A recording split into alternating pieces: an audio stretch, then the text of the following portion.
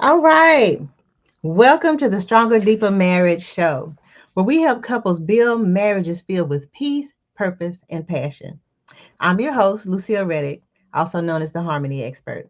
And today's conversation is about the little things that speak love, the daily choices that help your spouse feel seen, valued, and deeply supported. Because let's be honest, big moments matter, but it's the small, consistent actions that truly build a lasting marriage. I'm joined as always by my amazing co-host and wealth and wellness coach, Patti Hall. Hello, everyone. Good morning or afternoon, wherever you are. I'm so glad that you're here. Today's conversation is powerful because we're talking about what it really takes emotionally, spiritually, and physically to stay connected when life gets hard. It would be good if I had the right script. I don't think I have the right script, but that's okay. Well, I have what you sent me, so I'm trying to stay on script. We're gonna have to cut that part out. Uh, You want me to go again? Or go ahead, continue. I'm gonna pull this up. hello, everyone. I'm so glad that you're here. Today's conversation is powerful because we're talking about what it really takes emotionally, spiritually, and physically to stay connected when life gets hard.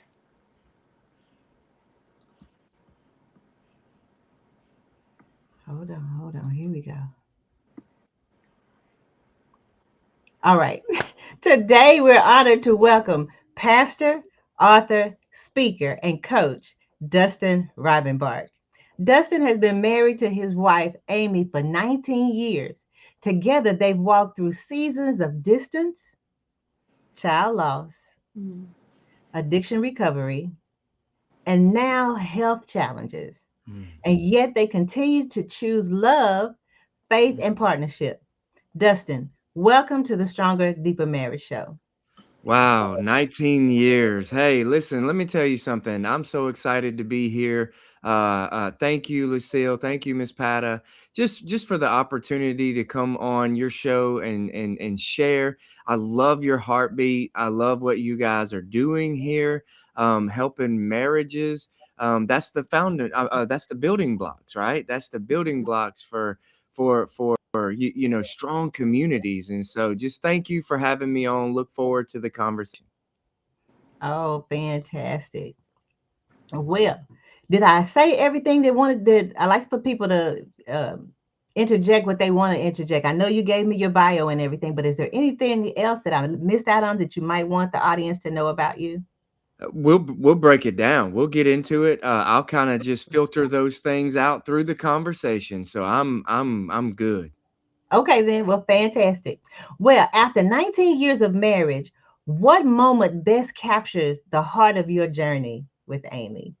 Wow, that's a really good question. So I would have to say, a pivotal moment was when we went through the loss of our daughter, Callie Grace. But that was one of the hardest seasons of our lives.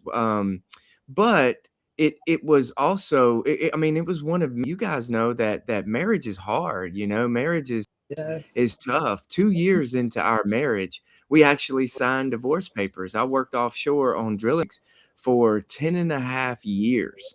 From the beginning of our marriage, in the first 10 and a half years of it, when you look at being on a drilling rig for 2 weeks on, 3 weeks on, 3 weeks off, we missed the first 10 years.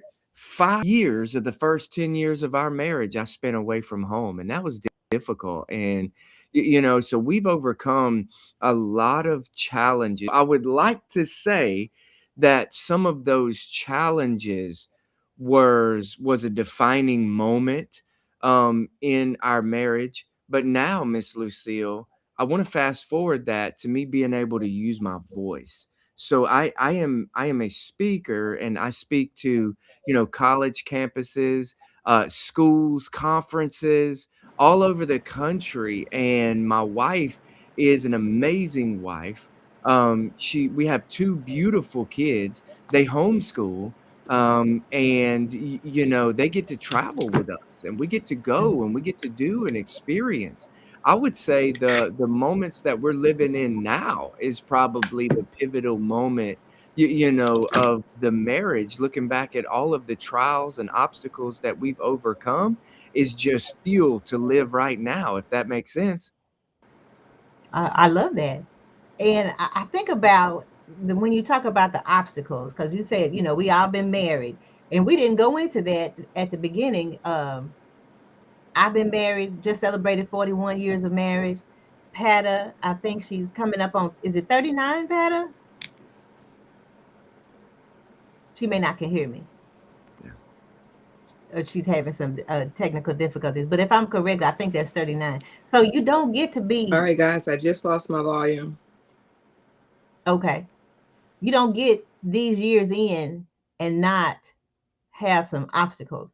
So it just reminded me that sometimes we think things are difficult, or in a difficult season, we think things are hard. And then we look back and we say, you know what? That was the best thing that ever happened to me. Yes. Yes. I'm a living testimony. When I grew up, I just want to take you back just a piece. Challenges, obstacles. That's not new for me. Chances Mhm, are for the listener, it's not new for them. Why? Because we live in a broken, fallen world ever since Genesis chapter 3. Miss Lucille, and obstacles are everywhere. But it's how we mhm, rise. It's how we fight. It's how we get through these obstacles that make all the difference in the world. When I was young, my mom was addicted to drugs, and she kept us moving around a lot. I lived in over 19 different homes growing up through my 19. teenage years. Oh, wow. I went to 7 different schools, and I struggled with identity a lot. And in that, I would have to say early on in my marriage that bled over a lot of Mhm, distrust, a lot of things that I had gone through. And I there were many areas that me and my wife both, we needed to mature in. mhm, I think nowadays too many people live like this. We have everything that we want at the push of a button. And guess what? If I don't like it, I can just throw it away, and I can buy another one and have it express shipped, and it'll be here probably by the afternoon. And I think, statistically speaking, when it comes to marriages, Miss Lucille, 50% of marriages fail in the United States. That is yeah. staggering. But I understand that marriage is a lifetime commitment, and maturity and growth is what it's all about, not perfection, but facing those challenges with the mindset of I've been here before, and Mhm. we can get through this. And I think that's what's so, well, I'll just speak for myself. I didn't come from a home where I saw a husband and wife working through challenges. My parents divorced. I'm adopted, so I lost a parent, and then the parents that got me, they divorced. I want to say right before I got ready to go into third grade. Now, I had aunts and uncles and stuff like that, but for the day to day, I didn't see a husband and wife working it out. So my vision of what I thought marriage was like maybe the fairy tales or what I saw on the movies. Everybody, you kiss and you ride off into the sunset and you live happily ever after, right? Well, when the Right. tough times came, I was like, well, wait a minute, where's my happily ever after? Yeah. you know Yeah. so I think helping people to have a right perspective that the challenges is normal. That's just part of it. That's part of life, and that's part Mhm. of marriage, is that you're putting two people who are had different upbringings, different thought patterns, just different, and you're trying to marry those two together to walk out life and purpose together. No, So you're yeah, you're exactly right. And when I look on one hand with my mom, my parents were divorced early on. My father was always in my life, just a great man. who worked offshore, which meant that he was gone a lot throughout my life, half my life. Mhm. He was gone and in the ocean, still present, but working, and stuff like Yeah. that.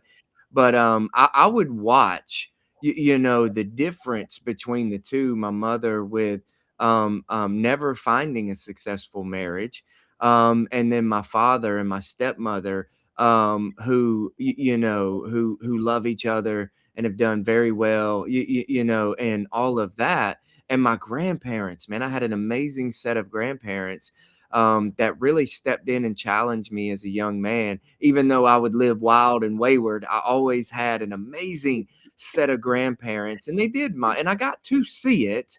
But I always gravitated towards my mother because of my young immaturity. I wanted to go where the freedom was.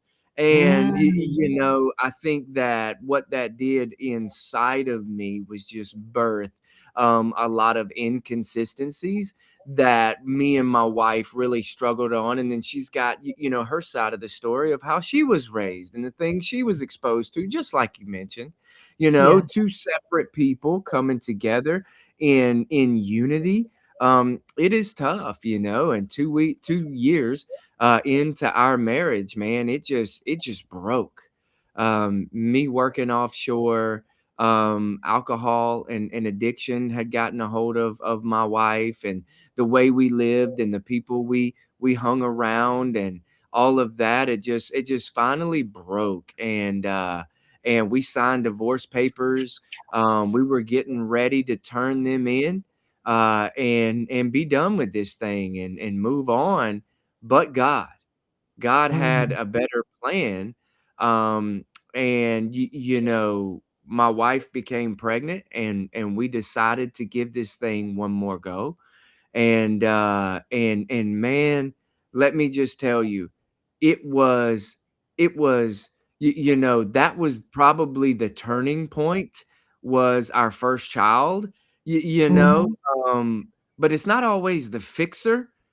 We had Yeah. so much. See, I think a lot of marriages too, a lot of women especially. If I could just have his child, I could fix him. You know what I mean? And all of this, and vice versa maybe.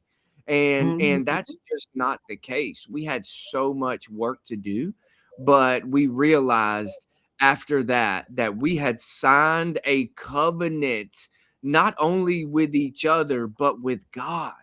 This was the person that God put in my life, and I was committed to seeing it through to the end. And that led us on a trajectory of growth that will never complete until the day the Lord takes us home.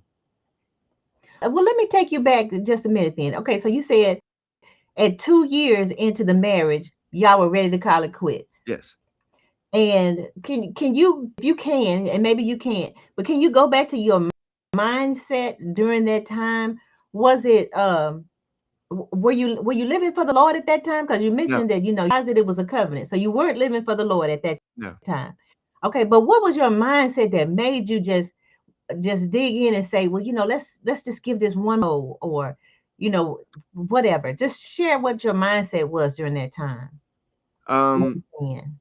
So when I go back, there was a lot of brokenness in my life, in my heart. There was, like I said, a lot of alcohol, a lot of pills. There was a lot of there was infidelity, and Mhm. it was two young kids. We got married when we were babies. Two young kids running wild, and it wasn't until we were really about to call it quits, and I realized in that moment, Miss Lucille, I love her.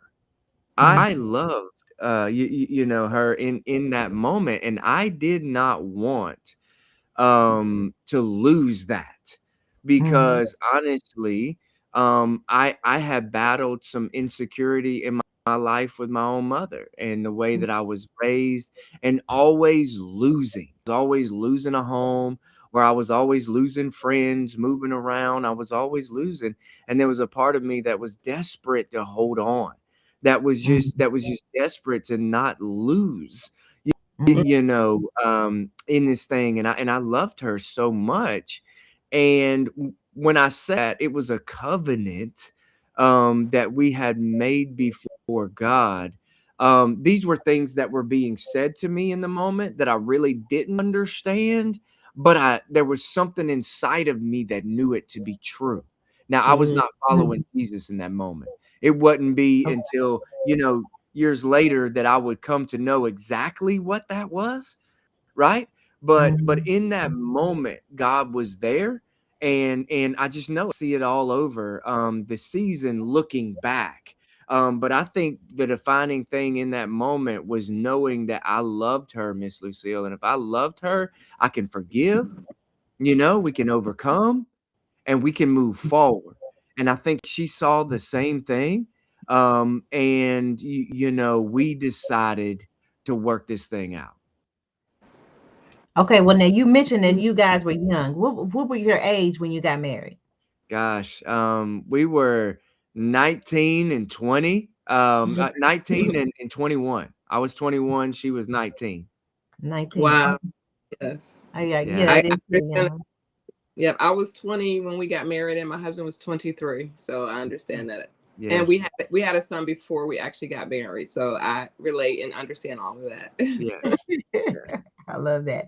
I think I was 20, 22, going on 23 Okay. when I got married. So, Yep. all right. So, let me take you back. You mentioned that you weren't living for the Lord at that time, but you said you were hearing that marriage was a covenant. Did you have Mhm. someone speaking life into your marriage, into you and Yes. into your marriage? My grandmother, and let me tell you what, my grandfather in that moment, became a major giant Mm, in my life. My dad, my stepmother, there were different people that would speak, in the season, and fortunately for us, we were trying to listen. mm. Made a lot of mistakes, Miss Leo, made a lot of mistakes, Yep, we all did. but, man, I'm looking back, and, there's an old song, an old country song, and it goes, "I tip my hat to the keeper of the stars." He sure knew what he was doing when he joined these two hearts, Wow. and it was just something about her that I knew I wanted to spend the rest of my life, and I didn't want to let this go. And there was something about me where it was like, okay, she's pregnant. We've signed papers, we separated for like almost 8 months. Still kind of talking here and there. And it was like, all right, one more shot, let's go for it. and But uh and like that you was said, the bottom line is like you said that you loved her. You didn't know anything else, but you knew that you loved her right. and you didn't want any more losses and you wanted to spend the rest of your life with her. So I think Exactly. that's monumental, even though you didn't understand the marriage covenant. I Hmm. did, none of us did when you get married that young. You just don't. Yep. And it's something that you have to learn no matter how many times people tell you or preach it to you or try to explain it to you until you actually go through that and you say, "Oh, Yeah. this is what this is." But it's great to hear that you said, "I didn't know anything else. I knew I loved her. I did not want any more loss, and I did not want to live my life without her." So Yeah. that helped propel you through to get to that other side, and that's just great. Yeah. And I love that. But it sounds like you had to be vulnerable at that point too. Because sometimes Yeah. we can have that pride. The Bible said pride goeth before the fall, right? So we can have that Yes. pride. Well, I'm not gonna put my heart out, and then maybe she might step on my heart, or he might step on my heart. If I show too much of my hand, if you Mhm. understand what I'm saying. So Yes, it ma'am. sounds like you had to be really vulnerable in that moment and just like, look, I love you. I don't want to lose you. However, speak to that if you can. I wanna tell any man that might be listening, I wanna tell any woman, man, I went through a roller coaster of emotions. Um, I made a lot of mistakes verbally. I made a lot of mistakes, you know, in all of that. But there were so many moments where we sat down and we were exactly that. We were vulnerable with one another. You know, the moment that we allowed our true self to be exposed Mhm. to one another, I think in those moments we began to see we really want the same thing. Okay? We Mhm. really want the same thing. Now, for men, we might call it pride, for women, whatever that may be. But I think the end of the day, um, we were letting our emotions get in the way. We wanted a good solid marriage. We wanted effective communication. We wanted to raise kids in a good home. We did not know it was a godly home like that. We didn't, I mean, we knew that existed, but we were sure we're not living that. But we knew we wanted to raise kids at that time in a good home. And so we were just searching. We were just searching Mhm. for freedom, for relief. For her, it was she went to rehab, for alcohol and addiction. And I stood right there, and we walked her through that. And that would be one of many many challenges that we would have over the next however many years. Yeah, I love that. So what I hear you saying to the audience and to all of us here is you just got to keep fighting. You just got Yes. to keep fighting Yes. through it. Just to be determined that you guys wanted what your why. I would say what your why was. You wanted Mhm. to raise a family in a Mhm. together home, and you guys were going to try to stick together in order to do that. And Yes. Yes. I don't know if that's one of the pieces that might be missing, young people, because I'm gonna tell you the reason why I wanted to do this podcast and I wrote my book and everything was that I worked in children's ministry at church for a number of years. As a matter of fact, I'm back working in children's ministry now. And some of my kids that came through our Awana program, I see them as adults now, and or I've been to their weddings, beautiful weddings and everything. And then I see them at the grocery store, at the movies later on in a couple of years, and I say, how are you and your husband, or how are you and your wife doing? And then they tell me they're divorced, and and it just hurts my heart. And I was like, well, wait a minute, that was just 2 years ago. You didn't even see the hard Right. Right. Right. You know? I part. think a key thing too that you got with that you said, Dustin, was exposure. And it's very hard for us as humans and individuals to totally expose ourselves to another individual, even though we love that individual. I often think of when you said exposure, I thought about that year in and year out. It's just like you take off all your clothes and you're on the top of this mountain, you're freezing, you're exposed to the elements, and you're doing it intentionally. No one has made you do it. Your clothes are right there, your coat's right there, you can put it on, but you're exposed.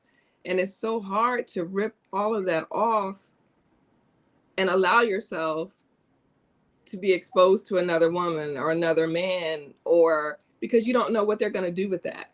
Yeah. Yeah. One of my mentors, he was talking about exposure in a different way. Mm-hmm. You may know Jamal King or have heard him Yeah, in I do know. communities and Hmm. stuff like that. But Mm-hmm. But Jamal, he says all the time, he says your level of exposure determines your level of success. And what he's referring to is the types of things that you see and are exposed to, will determine what you reach for. You didn't even know things were possible. I say that in this same wheelhouse right here that we're talking to in a marriage, your level of exposure what the realness, the rawness, what you're willing to expose and be vulnerable and be naked on that mountaintop, right? And whatever you're willing to expose, but also what you're willing to expose yourself to getting therapy, to getting help, to letting people speak into your life, to not letting pride get in the way.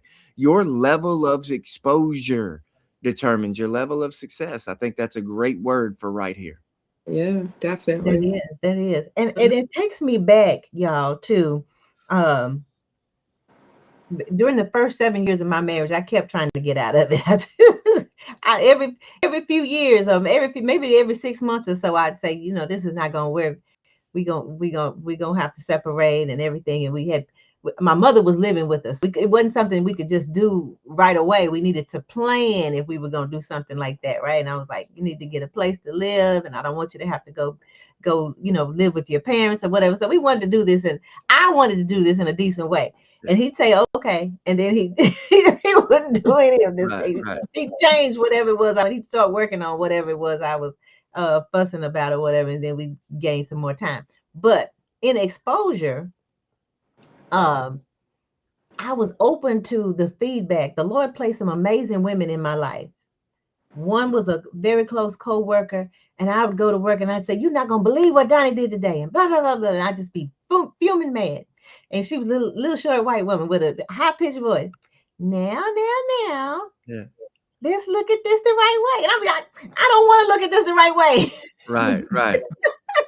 He getting on my nerves. I'm sick of him. Yep. But she made me sit back, and she spoke life into my marriage, and she would Hmm. give me a different perspective on how to look at it, because I thought my way was the right way. I'm perfect. This guy is a mess.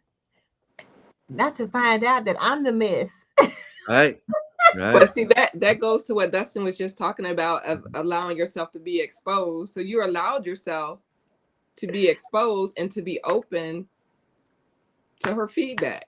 You Yes, know, I was open to her feedback. And I would when say, I vetted her properly, because we can't really expose ourselves to the wrong people, because some people will not speak life into our marriage. Go listen, ahead, and Dustin. I speak to middle schoolers, high schoolers all over the country. We talk about that. Who has your ear, man?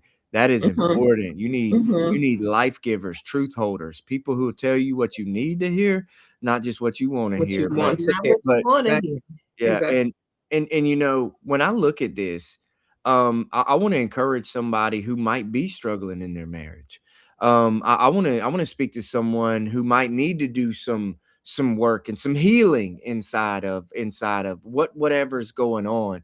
I want to say to purpose the pain. Like, understand this, that if you guys will if you guys will buckle down and do the hard thing, if you will do the hard thing, you Mhm. will see God move from this. Years later, after we overcame what was certain a divorce, okay? Mhm. After we overcame that, I lost my career in the field of over 10 and a half years. I thought I lost my identity once again, triggered by a young boy who had struggled with identity his whole life, thought he found it on a drilling rig, worked that Mhm. Mhm. climbing that corporate ladder for 10 and a half years, and the ladder pulled out from under him.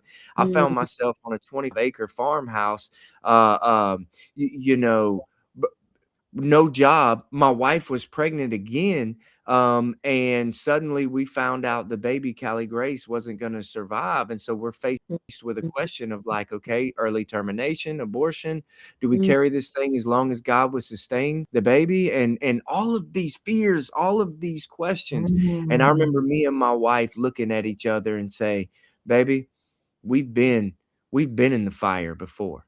And there's no one else I'd rather stand in the fire in with than you. And it's in those Whew. moments. Listen, Send chills. Whew. I'm telling you. So 2 years before I left the oil field, I was led to Jesus by a man named Reggie Washington. My wife was going to church, and she was led to Christ. I was led to Christ. We started going to church together. I started feeling called into ministry. Everything was shaping up for God's timing. And we're in the middle of the hardest season of our life, yet we stood 10 toes down saying, I'm going to choose to trust God in this moment. I know what this is. Yeah. We've been here before. Yes. Oh, Wow. I love that. I love that. Yes. Yes. Yes. You Yes. said we have Yes. been here And before. And that right. goes back to what we were talking about those difficult times. We think when we're in the moment of a difficult time that, oh, this is just terrible or whatever. And then you can look back and say, oh, this was what I needed in order to Mm, strengthen me for what's to mm. come. But But like you said, if you just need God in your life, so even though you can't see that you're gonna get through those moments, you just And gotta trust in God and have faith and just keep pushing and pressing so you can get exactly. to the other side. And when I talk about who has your ear, it was so, man, yes, God was roaring. There was a lion during that time. Because I was weak. I was weak. Listen to me. Standing beside my daughter's casket, hardest thing I've ever done, next to when my mother passed away just a few months later from a drug overdose. Mm, But standing by their casket in my weakness, I'm the strongest I've ever been. And I'm gonna tell you, the power of the Holy Spirit is real. He is alive and well and moving. But I also want to tell you, we were talking about who has your ear, who's speaking life over you. We had strong brothers, strong sisters around us in Christ at that time. We had been led to Jesus, going to church. We had a season of pain and loss. And I remember in that hospital room when the doctor, all right, came and the nurses came to get my wife and wheel her to the OR. We were 1 month. We decided to carry Callie Grace as long as the Lord would sustain her, and we were mm, praying for a miracle, but trusting even if we will not waver. And as we had to go to that hospital room when Callie Grace passed away, 1 month shy of full term, um, when they opened that our door in the hospital room to wheel her out, my best friend in the world was standing right there at that door. I mm, didn't know he was there. I didn't know we had friends and family that had lined up down that hall. We had no clue.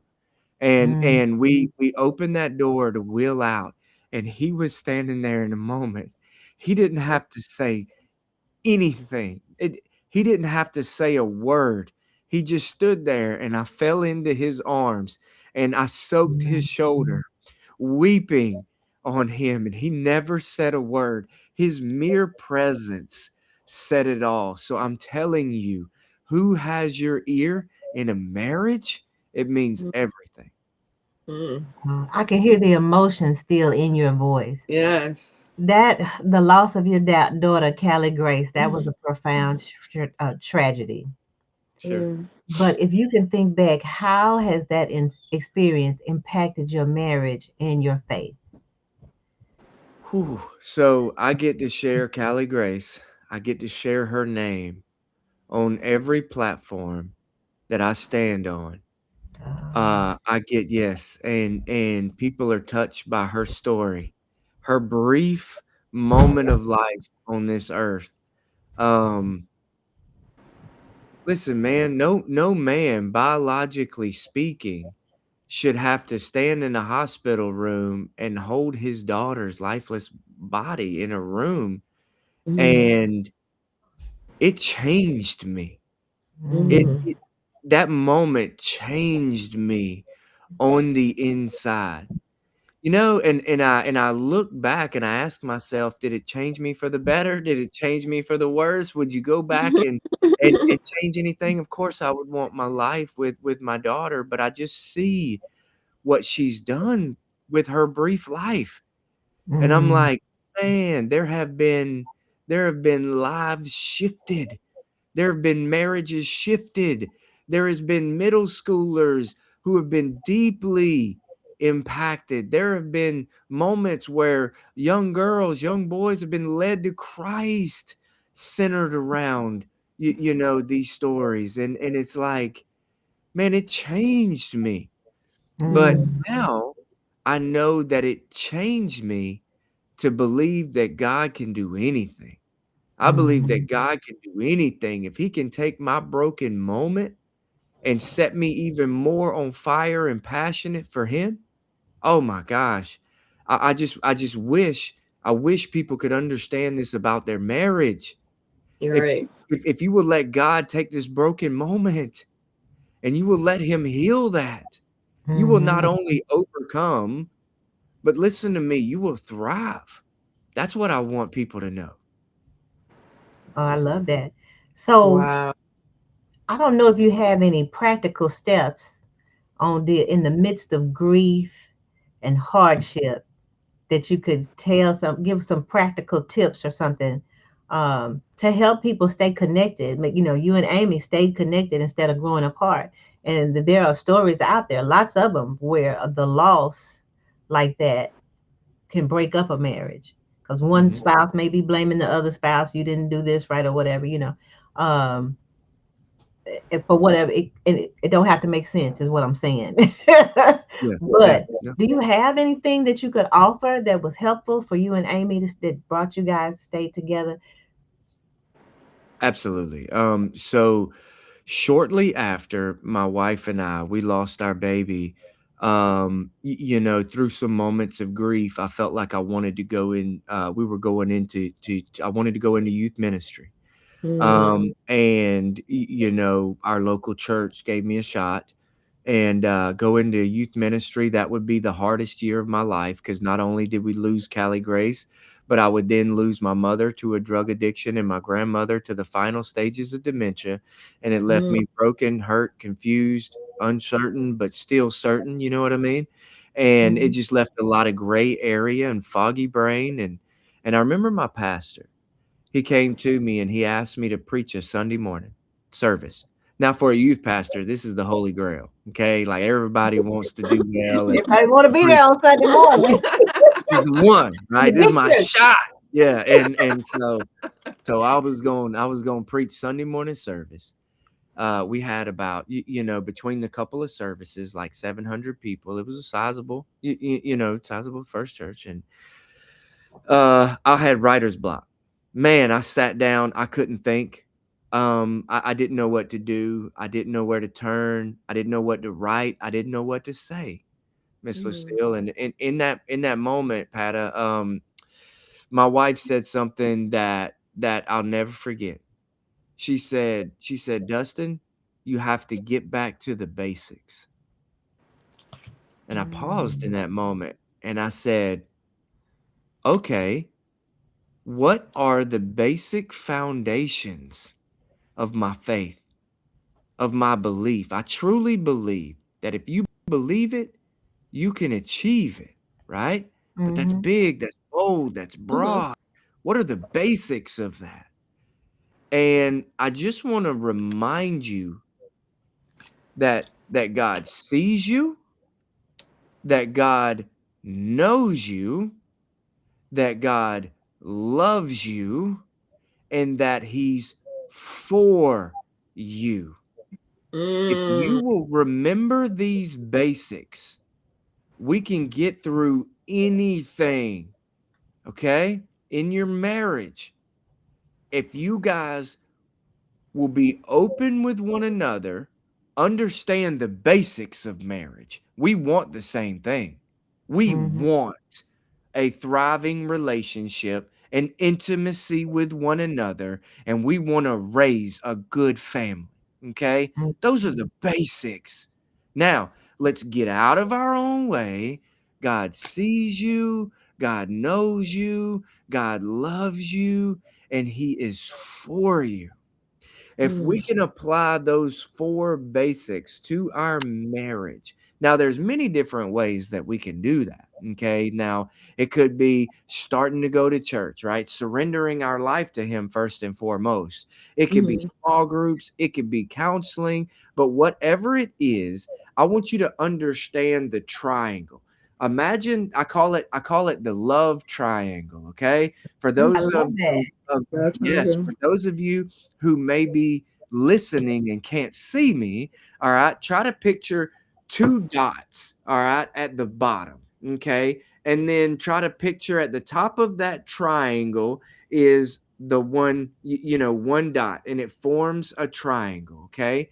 Now, between a husband and a wife, all right, there is a distance, there is a space at the bottom left of the triangle and the bottom right of the triangle. Okay. There is a space between a husband and a wife when they first meet. That is two separate lives coming together.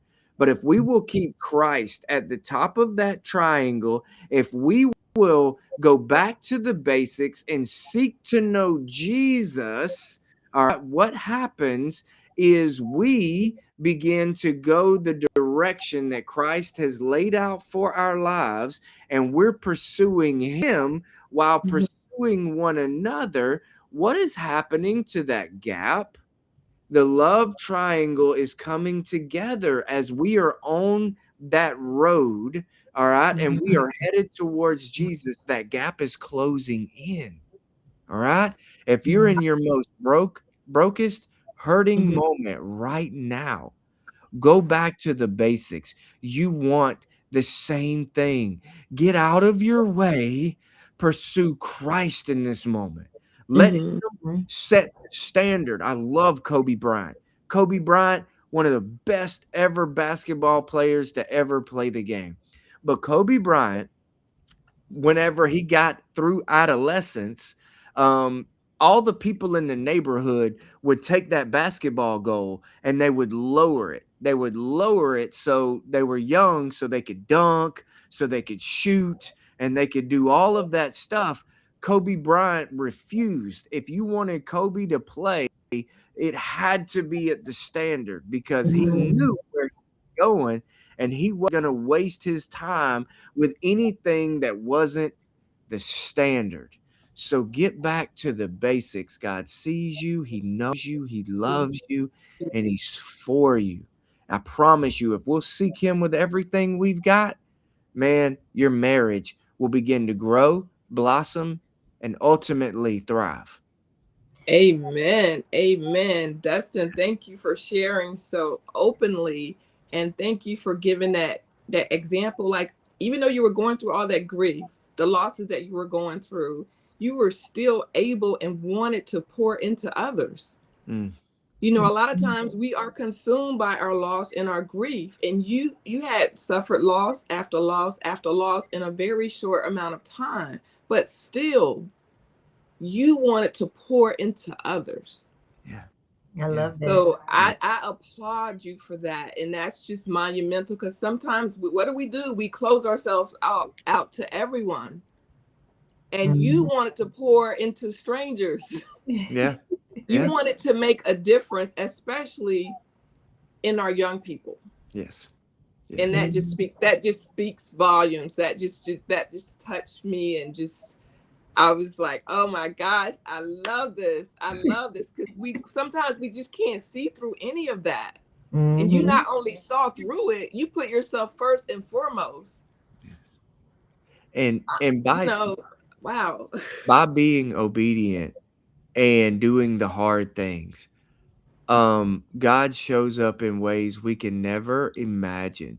Yes, I wanted to serve those young folks, but let me tell you what, they taught me so much, Miss Pata. They taught me so much, Miss Lucille. After losing our daughter and going into ministry, I would then, like I told you, a few months later, I would lose my mother. And I remember when she was in the when they had her in the ICU after the drug overdose and everything was kind of going downhill. And we knew that this was not good.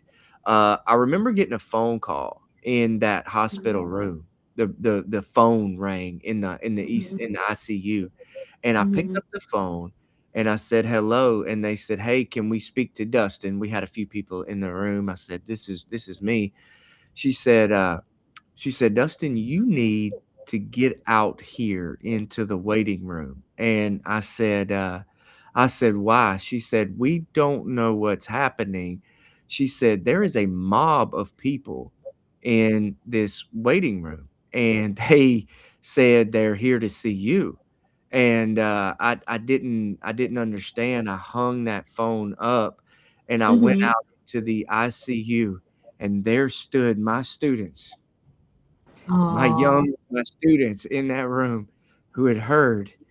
And I remember as I walked up to them, I was trying to smile and Mm-hmm. be life in one of my hardest moments, and one of our students came and put his arm around me, and then they all just huddled up, and it showed me the power of pouring, the outpouring, the Mm. golden rule, do unto others as you would Yeah. have them do unto you.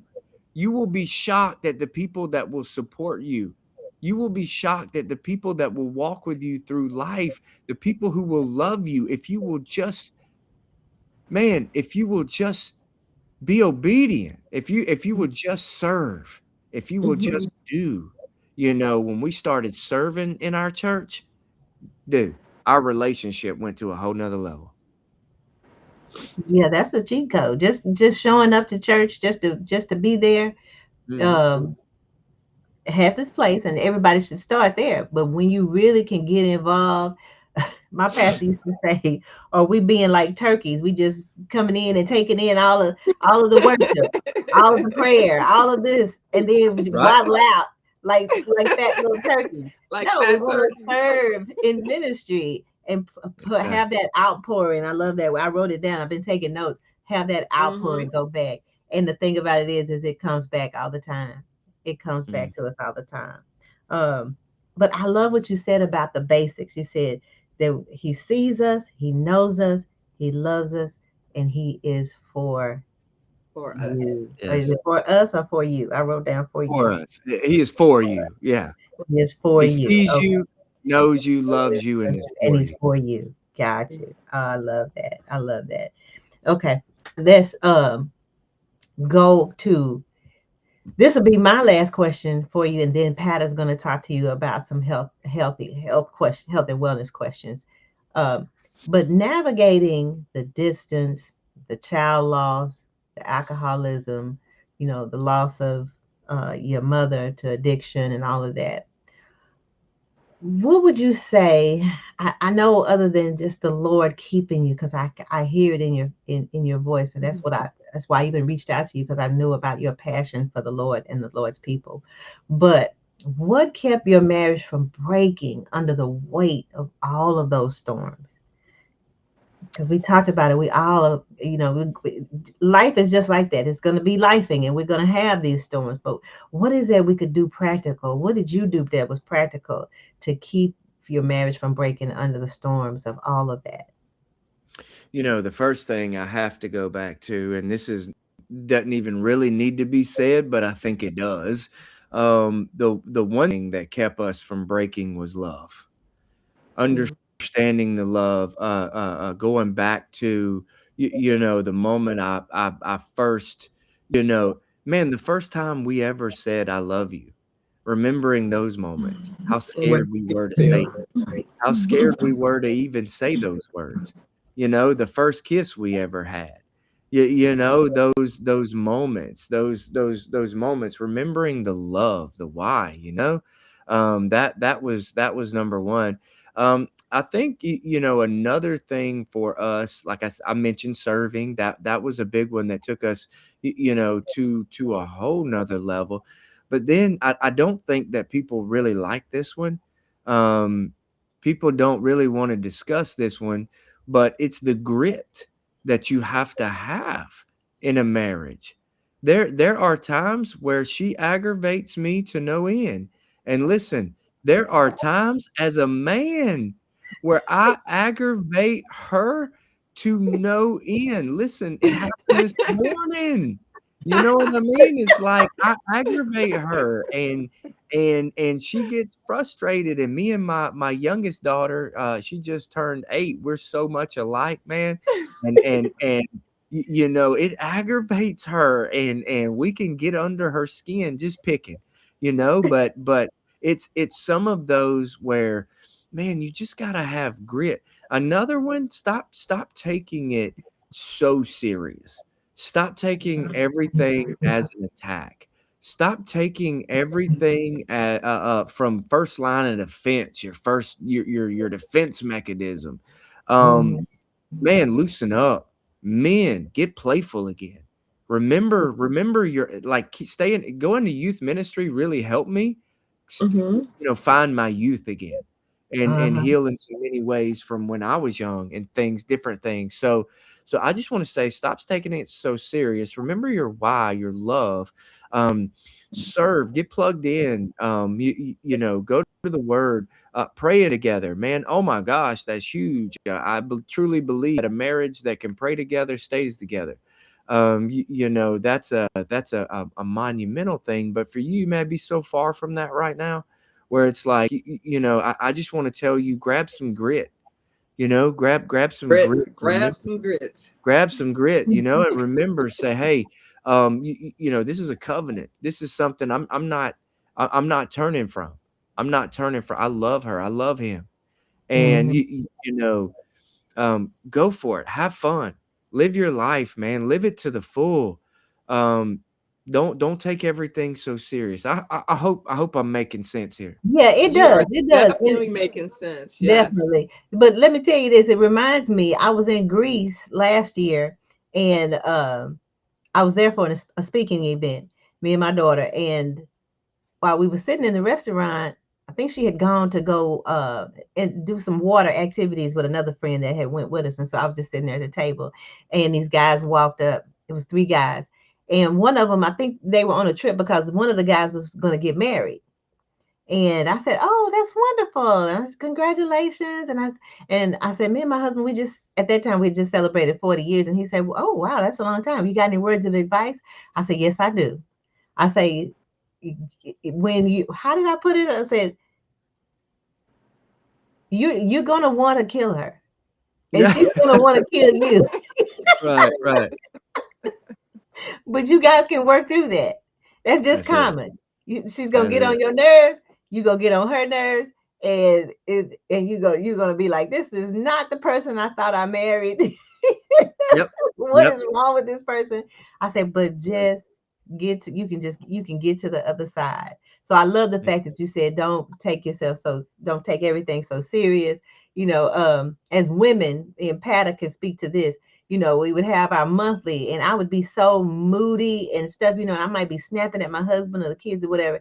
And I just had to kind of, let him know. He's like, did I? Maybe I'm in just a mood. Maybe I'm not even snapping. I'm thinking of one instance in particular. Did I do something wrong? Are you okay? Whatever. Oh, it's not you, baby. I'm on my cycle. Yeah. Yeah. Yeah. You just had to being you know, open, you know, and that's yeah. I mean, yeah, and but that's, I think, the just the communication part of it, of yeah, saying, not taking it for granted that they know, of, like you said, being communicative, being playful. you're right. Mhm. Him just And I asking, love it, the like, grit. I love the grit. You Yeah. spoke. I Yeah. hope our listeners get that. You got to get some grit in You your got marriage. yep. You Yep. got to get some Yep. grit. Yes. Because the grit. absolutely. So, And Pat, I was thinking too, as a health and wellness coach, how, I always like to explore how emotional and physical health affect a marriage. We've talked a lot about emotional things. How does your physical health play into that? Because everything is connected. How does the physical health, in addition to the emotional health, play It's into your marriage, especially during the hard seasons? yeah. Yeah. It's so important. Having an outlet. mhm, I love working out. I just got Okay. done. I just got back from the gym. Okay. That is a release for me. That Mm-hmm. is the ability to go tune everything out or tune into something I want to listen to, maybe on my podcast, maybe a message, maybe a whatever it might be. Maybe music or whatever, and just let go, just me in that room doing what I can do in that moment. It's so important. Your walls may be caving in on you right now. You may be Mm-hmm. struggling financially. There may Mm-hmm. be something, a monkey on your back so big that you can't fix that right now. But one thing you can control right? Is your body moving in that gym and doing, getting out, whatever you can physically do. Okay, there are some people with different, you, you, you know, um, Mhm. situations and health. Right. Whatever you can Whatever move, you get it can do, moving. there Yeah. are things that you can do in the physical. There are things that you can do in the spiritual that will help you in the mental when Mhm. everything else is caving in on you. And so it's vital. I'm going to tell you, the alcohol right now, I would never tell a man, I would never tell a woman what they can and can't drink. I'm telling you Mhm. what it does to me. I'm telling you what it did to my psyche. I'm telling you what it did Mhm. to my health, my belly, my being. Okay, Mhm. I'm telling you what it does to me. What all of that food, what of that. So the mental, the health, the wealth, all of that goes hand in hand. And so I just say, what can you do to keep showing up? All right. You want to be fit for the long haul. I want to be Mhm. fit for my wife. I mean, anything can happen. But man, I got a beautiful picture of us in a cabin one day, grown old, and just go to sleep on a Saturday, and the fire's burning. We're warm, and you just don't wake up on a Sunday morning, and it's like a beautiful picture, Right. but don't know what's gonna happen. But Right. I want to do my part. So Right. so So my you have my to That health, part. control what you We can got to do our control. part. that. Control what you can control, the things that you can control, and you need that physical release, Yes. and you take care of that. What about, you and your wife do anything physical other than Yeah. Yeah. Yeah, yeah. So, other than sex? Like, actually, do you find that important if you have a physical activity together other than being intimate, yeah. walking or whatever? Does that work for your marriage, or how does that work, or why is Yes. that important? So we've got a nice neighborhood, great area near the lake, and we go walking. We hop on bikes. We've got Okay. bicycles. Our whole family Okay. will hop on bikes, Okay. and we'll just go on a bike ride. Right now, my youngest daughter's dad, she hurt her ankle, so it's all Mhm. Oh booted no. up. But Right. but when we're firing on all cylinders, man, me and my wife and we go walking all the time. Okay. Me and my wife and kids, we hop on bikes, and we might go to the park. Hmm. Whenever we're traveling, man, my Hmm. wife gets us into so many crazy predicaments on these trails we've never been at, and we get lost 5 miles deep trying to mad at each other, trying to. I can't believe you got me into this. We do all those things, all those things. Oh, great, great, Yes, I great. love it. I love Yes, it. yes, yes. And that's also great too, because you're working out things between you and your wife, but you're also setting an example for your children. And I know one thing about me and my husband is like, let's give our kids something that we didn't have, like a sound marriage, a stable home. Nothing's perfect, but to strive for that, to give your kids the best you that you could possibly give. amen, Yeah. amen. Hmm. I love that. I love that. Well, I'll ask this question here. If you could give one message to couples who feel worn down by life right now, what would you say about building a love that lasts? I would, I would have to say, keep going. Keep going. Keep going. Don't you slow down. Don't you stop. Lean in. Lean into one another. Be a fireman. The house is on fire sometimes. The flames are coming. It's hot in the kitchen, but be a fireman. Look for ways to extinguish that fire. Mm. Look for ways to put it out. Be open, be open. Understand we want the same thing. How can we extinguish the fire before the house burns down? So you're saying Like, don't leave your burning house. Stay in your right. house and extinguish Yes. it. Just don't leave, right? Don't leave. I've started a new practice where I write down at night, right beside my bed is a journal. And Mhm. all I do is I write down 3 bullet points, 3 little things I'm grateful for that happened today. And I just write 3 little bullet points, and it has been transformational in parenting. It's been transformational in my marriage. It's been transformation. transformational and in my workplace. Be grateful. Be grateful. Not stop being so claws out all the time. Just remember your why and be grateful for the day the Lord has made. Mm, I love Yes, it. that Yes. gratitude piece is so important. Well, um, I'm gonna just say this: if a couple wanted to strengthen their connection tonight, what what's one question that they should ask each other? If they wanted to strengthen their marriage tonight, what's one Mhm. question? I think a lot of people are not clear on what they want. So I would say, what is it that you want?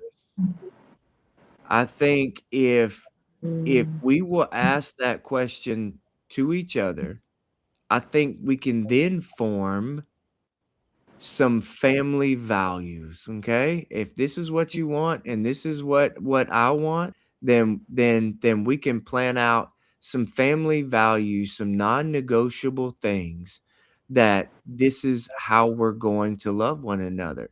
And then reevaluate those family values every 5 years. How are we doing? How are we going? How are things or every year even? Because those things are going to shift and change and wane as we get older.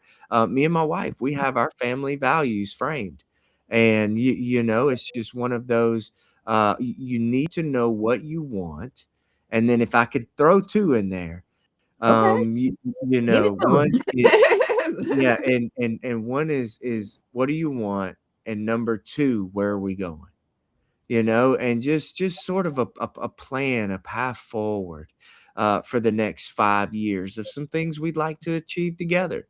I think if we'll do those couple, ask each other those couple of questions, it'll open up a whole new world to our marriage.